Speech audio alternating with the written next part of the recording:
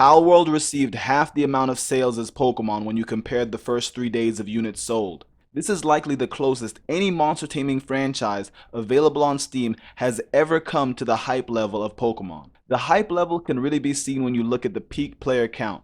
If you don't understand what I mean by hype level, just remember how many people were outside playing Pokemon Go at the same time when it first got released. I've compiled a list of 25 monster taming games that have been placed in order of peak player count. The numbers are coming from the Steam database website. Do not assume that the peak player count is a reflection of the quality of the game. It only shows the amount of hype a game had at a single point in time. The results found in this video may shock some of you. I know I was shocked when I looked at how some of the games ended up ranking in terms of hype.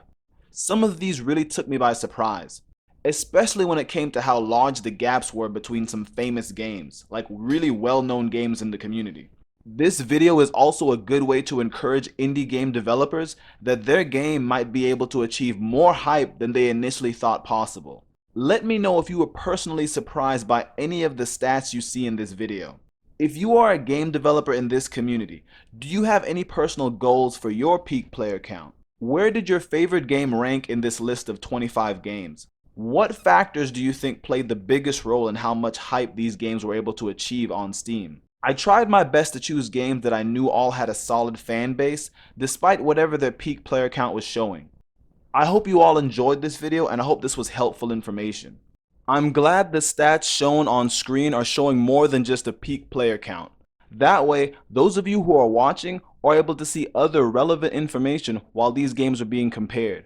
I should also ask if you think that the monster designs or the type of battle systems also affected the results for this list. I should even go so far as to say, did the capture system affect the hype on this list? I am glad to see that the monster taming community as a whole is growing. When I first started covering monster taming content, I had no idea how big the genre and the community actually was.